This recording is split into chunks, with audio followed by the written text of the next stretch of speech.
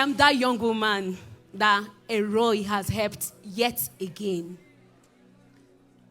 Today is 27th, and it's just 2 days more. It will be 1 month that I testified on this altar. And today I'm back again with a bigger testimony. It all happened on 21st of this month. That was on Monday. My husband and I, we went out for work or got back home in the evening. And we thanked the Lord for a successful day. And we had dinner. My husband slept. And just so I don't forget, that Monday, it's our covenant day of prayer, fasting and prayer on NXPPD 623. For some reason that up until now, I can't explain, I didn't fast that day. It's unlike me. But my husband fasted. And I was just asking myself that Monday, Shalom, why didn't you fast? For some reason, I just felt like eating everything and anything around me. And I was deeply troubled, but I couldn't place my hand. And sometime in the afternoon, around 12:01, I said to myself, what evil day arise? What if evil day arise today? What will you say? Is it that you are not on the altar, but you just choose not to obey? You know, I just said to myself, Roy understands. And that was it. So after that, after work, after dinner, my husband prayed. And one awful thing happened again that night. We didn't observe our midnight prayer as usual. My husband slept. For some reason, I was punching my phone. And around 11:30, I said to myself, you didn't pray. You are using to punch your phone.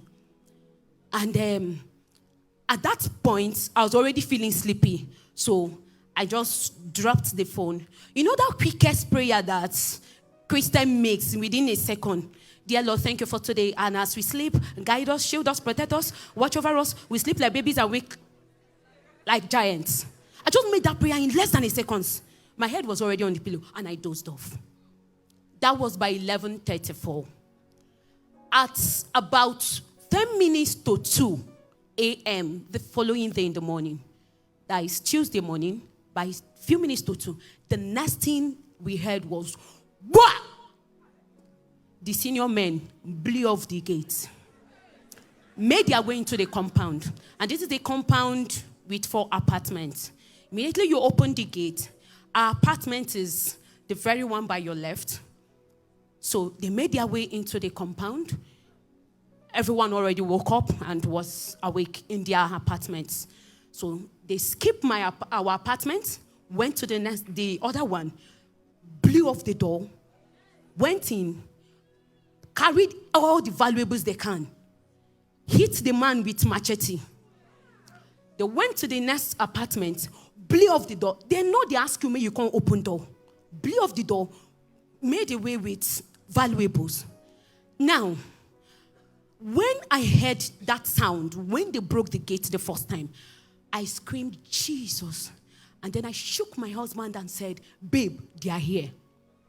Prior to that day, on Sunday of Faith, we did 2 services. We went to visit his brother who was robbed, his other brother, and he narrated everything. And we prayed with him and said, affliction will not rise the second time. Little did we know that the affliction was waiting for us the following day.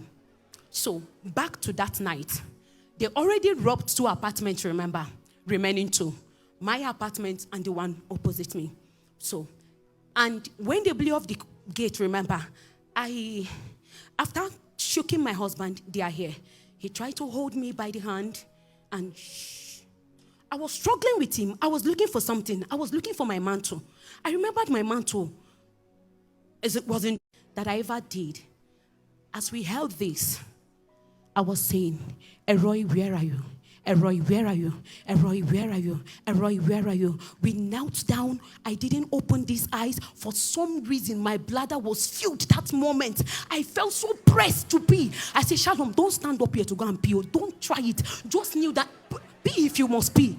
And that moment, the only thing on my mind is, Roy, Papa and Mama prayed on NXPP, the American conference. God will give you a notable and tangible evidence. Today, you will give me my notable and tangible evidence. I hear testimonies that sounds like lie. Today, you give me that testimony that sounds like lie. And we kept praying. I kept saying, Roy, where are you? The next thing I heard was, remember I said 2 apartments was already robbed, remaining 2. My apartment and the one facing me. And my apartment has this burglary. Also the one facing me had that burglary too. So the next thing I heard was, Nanza mushiga, Nanza mushiga. And it simply means in English, this is where we will enter. This is where we will enter. At that moment, everything in me died. I thought it was my apartment. But I never stopped saying, Elroy, where are you?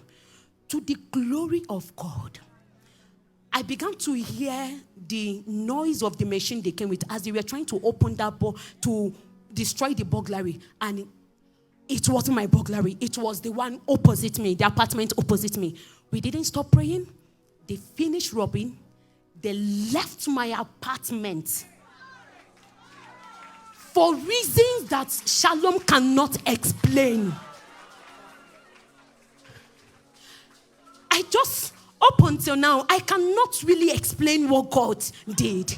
The covering of Elroy, the angel that Elroy placed on that door, even when the devil saw me. Because I strongly believe that one of the gang came to the front of my apartment to make his way in. And the other one, the leader of the gang, said, no, this is where they will enter. The diversion, the covering of Elroy. I don't know how Elroy did it. It's not like, the highlight for me is, it's not like they had reason to go. Because when they left our compound, they moved to the next compound. They robbed the compound. They moved to another one. They robbed the compound. They robbed close to 10 compounds that night because they came in their numbers. So they were robbing simultaneously. And till this very moment, I cannot explain how God did it. But I say, Roy, I love it. I don't know how you do it, but I love it. And this is me telling you, as many that are here on this altar, remain on the altar. The prayers you are making is not in vain. The day you are like a sower, you are sowing seed. The day you did not sow might be the day that you will reap it. Because I didn't pray. We didn't do our midnight. But that day, Elroy showed up for us. How will you shout? Thank you so much, Papa. You are indeed raising an army. Nothing missing, nothing broken. Our apartment was untouched, and we are untouched to the glory of God. By reason of this testimony, receive the mantle of exemption.